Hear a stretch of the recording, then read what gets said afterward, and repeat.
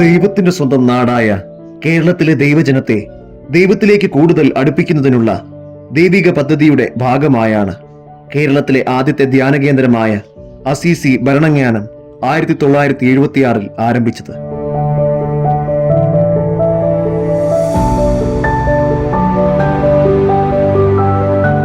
ദൈവദാസ പദവിയിലേക്ക് ഉയർത്തപ്പെട്ട ആർമണ്ട് അച്ഛൻ നട്ട് പ്രാർത്ഥനയുടെ ജലമൊഴിച്ച് പരിശ്രമത്തിന്റെ വളമിട്ട് വളർത്തിയ ഈ ധ്യാനാലയത്തിലാണ് ആദ്യത്തെ താമസിച്ചുള്ള കരിസ്മാറ്റിക് ധ്യാനത്തിന് തുടക്കം കുറിക്കുന്നത്.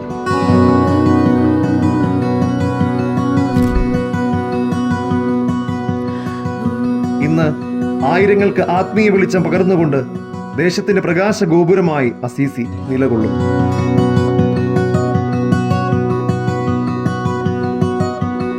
എല്ലാ മാസവും ആന്തരിക സൗഖ്യ ധ്യാനവും പരിശുദ്ധാത്മാഭിഷേക ധ്യാനവും മറ്റ് വളർച്ച ധ്യാനങ്ങളും നടത്തുന്നു.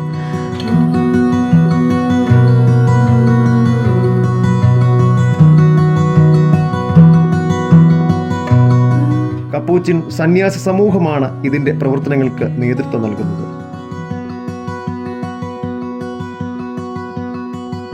പ്രതീക്ഷ നഷ്ടപ്പെട്ട് തളർന്നു വരുന്ന ദൈവജനത്തിന് ക്രിസ്തുവിന്റെ സ്നേഹം പകർന്നു കൊടുത്ത് അവരെ ആശ്വസിപ്പിക്കുന്ന അഭയ കേന്ദ്രമാണ് അസീസി.